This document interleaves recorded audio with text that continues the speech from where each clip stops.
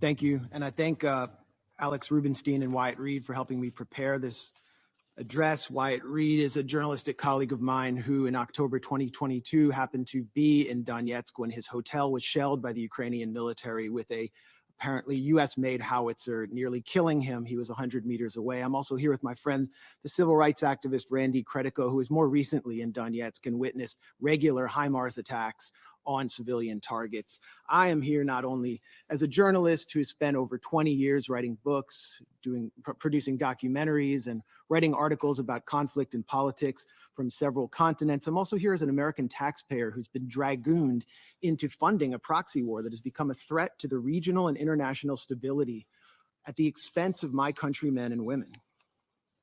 Just June 28th, as emergency crews worked to clean up yet another toxic train derailment in the United States, this time on the Montana River, further exposing our nation's chronically underfunded infrastructure and its threats to our health, the Pentagon announced plans to send an additional $500 million worth of military aid to Ukraine. The development came as Ukraine's army enters the third week of a vaunted counteroffensive that CNN describes as, quote, not meeting expectations, and which even Volodymyr Zelensky says is going slower than desired. As Ukraine's military failed to breach Russia's primary defense line, CNN reported on June 12th that Kiev had lost, quote, lost 16 US-made armored vehicles sent to the country. So what did the Pentagon do?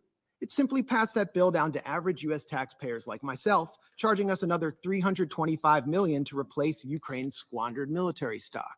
There was zero effort to consult the US public's position on the matter, and the vast majority of Americans likely did not even know the exchange took place. This policy that I'm describing to you, which sees Washington prioritize unrestrained funding for a proxy war with a nuclear power in a foreign land while our domestic infrastructure falls apart before our eyes, exposes a disturbing dynamic at the heart of the Ukraine conflict, an international Ponzi scheme that enables Western elites to seize hard-earned wealth from the hands of average US citizens and funnel it into the coffers of a foreign government that even Transparency International ranks as consistently one of the most corrupt in Europe.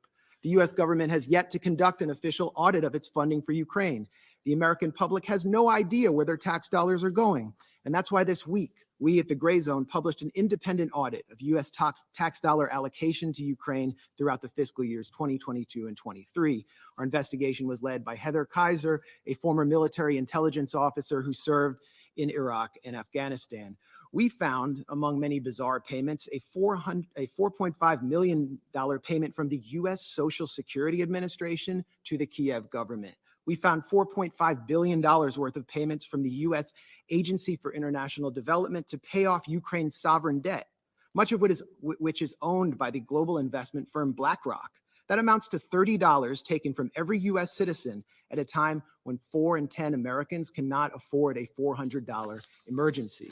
We found tax dollars earmarked for Ukraine, padding the budgets of a television station in Toronto, a pro-NATO think tank in Poland, and believe it or not, even rural farmers in Kenya. We found tens of millions to private equity firms, including one in the Republic of Georgia, as well as $1 million payment to a single private entrepreneur in Kiev. Our audit also revealed the Pentagon's $4.5 million contract with a company called Atlantic Diving Supply to provide Ukraine with unspecified explosives equipment. This is a notoriously corrupt company that none other than Tom Tillis, the chairman of the Senate Armed Services Committee, previously lambasted for its, quote, history of fraud. Yet once again, Congress has failed to ensure these shady payments and massive arms deals are properly tracked. In fact, much of the military and humanitarian aid shipped to Ukraine has simply vanished. Last year, CBS News quoted the director of a pro-Zelensky nonprofit in Ukraine who reported that only 30% of aid was reaching the front lines. The embezzlement of funds and supplies is at least as troubling as the potential consequences of the illicit transfer and sales of military-grade weapons. Last June, the head of Interpol warned that the massive transfers of arms into Ukraine means, quote, we can expect an influx of weapons in Europe and beyond, and that criminals are now, as we speak, focusing on them.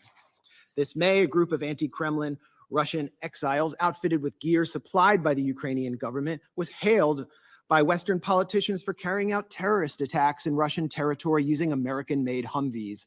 Although the group, the so-called Russian Volunteer Corps, is led by a man who calls himself the, quote, White King, and includes numerous open admirers of Adolf Hitler, described as neo-Nazis in US mainstream media, the Western weaponization of this militia against Russian forces and Russian civilians has not prompted any outcry from Congress. And while the Biden administration has promised that it's keeping tabs on the weapons sent, a State Department cable leaked last December conceded that, quote, kinetic activity and active combat between Ukrainian and Russian forces create an environment in which standard verification measures are sometimes impracticable or impossible.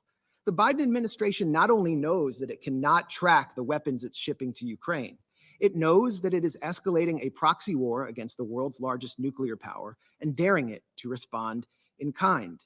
We know this because back in 2014, and this timeline is so important, that's when NATO Secretary General Jens Stoltenberg said that the war started following a US-backed coup d'etat. President Barack Obama rejected demands from Kiev to send lethal offensive weaponry because, as the Wall Street Journal put it, he had a, quote, long-standing concern that arming Ukraine would provoke Moscow into further escalation that would drag Washington into a proxy war. When Donald Trump entered office in 2017, he attempted to hold the line on Barack Obama's policy, but was soon branded a Russian puppet by the Beltway press corps and the Democratic Party for refusing to send Raytheon's Javelin missiles to the Ukrainian military. His reluctance to send the Javelins became a central theme of his impeachment, and he predictably relented.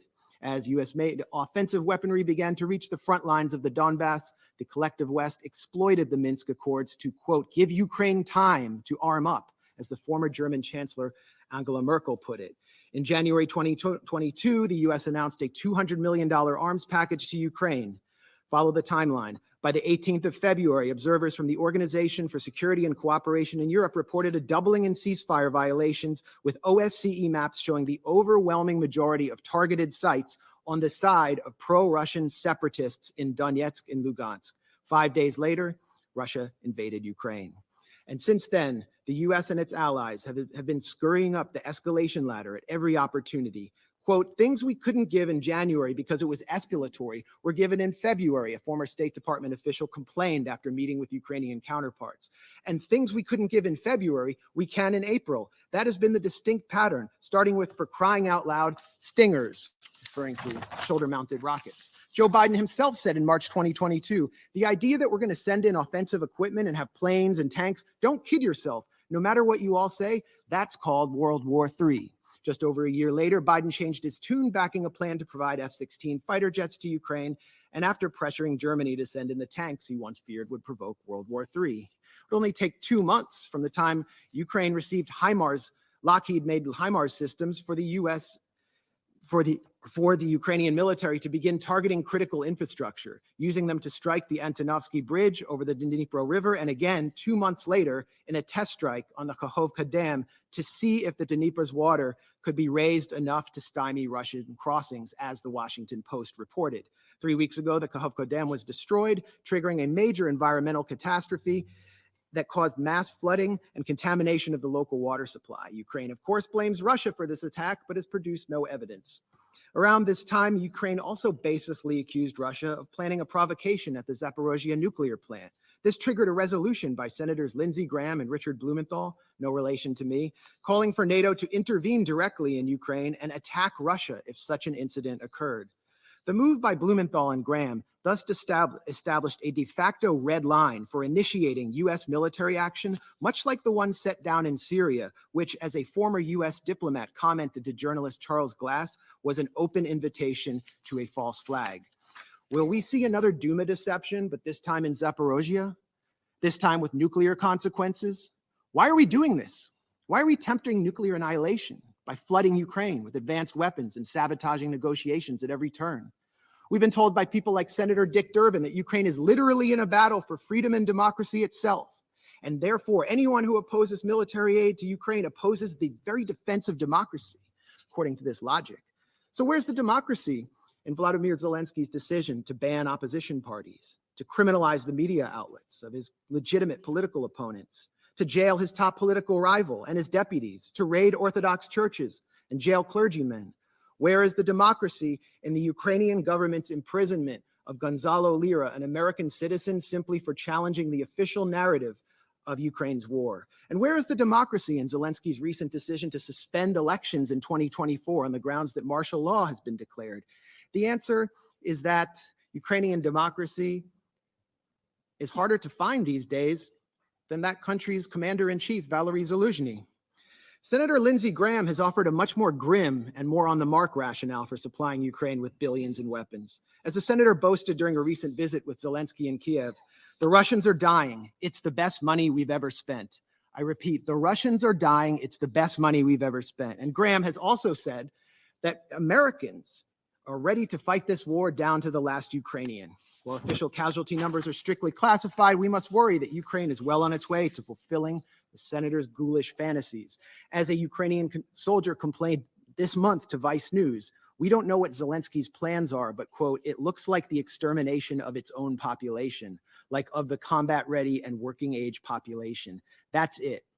Indeed, military cemeteries in Ukraine are expanding almost as rapidly as the Northern Virginia McMansions and beachfront estates of executives from Lockheed Martin, Raytheon, and assorted Beltway contractors benefiting from the second highest level of military spending since World War II. These are the real winners of the Ukraine proxy war, not average Ukrainians or Americans or Russians, the winners, or Europeans for that matter. The winners are people like Secretary of State Tony Blinken, who spent his time between the Obama and Biden administrations launching a consulting firm called West Exec Advisors, which secured lucrative government contracts for intelligence firms in the arms industry. Blinken's former partners at West Exec include Director of National Intelligence Avril Haines, CIA Deputy Director David Cohen, former White House Press Secretary Jen Psaki, and almost a dozen current and former members of Biden's national security team. Defense Secretary Lloyd Austin, for his part, is a former and possibly future board member of Raytheon, and an ex-partner of Pine Island Capital Investment, which collaborates with West Exec and which Blinken himself has advised. Meanwhile, the current U.S. ambassador to this body, the UN, Linda Thomas Greenfield, is listed as a senior counsel at the Albright Stonebridge Group, a self-described commercial diplomacy firm that also finesses government contracts for the intelligence and arms sector, and which was founded by Madeleine Albright, infamously known for her comments that the deaths by sanctions of 500,000 Iraqi children were worth it. So while military-age Ukrainian men are ripped off the streets by military police and sent to the front lines, the financially and politically connected architects of this proxy war are planning to walk through the revolving door to reap unimaginable profits once their time in the Biden administration is over. For them, a negotiated settlement to this territorial dispute means an end to the cash cow of close to $150 billion in U.S. aid to Ukraine. So in closing, when the United States, my country, a permanent member of this council, has fallen under the control of a bipartisan regime which seeks to perpetuate a proxy war for as long as it takes, in the words of Joe Biden, which considers diplomacy synonymous with unilateral coercive measures to, quote, turn the ruble to rubble, as Biden pledged to do, whose leadership subverts negotiations in order to pursue profit while refusing to properly inform its own citizens what they're paying for, and pushes the sons and brothers of its supposed Ukrainian partners out onto a killing field in order to bludgeon a geopolitical rival, when both Zelensky and members of U.S. Congress are calling for preemptive strikes on Russia, which have nothing to do with Article 51 of the UN Charter, this council must take action to enforce that charter.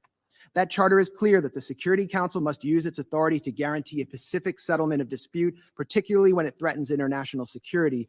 That should not only apply to Russia and Ukraine. This council has an obligation to strictly monitor and restrain the U.S. and the illegal military formation known as NATO. Thank you. Thank you. And I thank Alex Rubenstein and Wyatt Reed for helping me prepare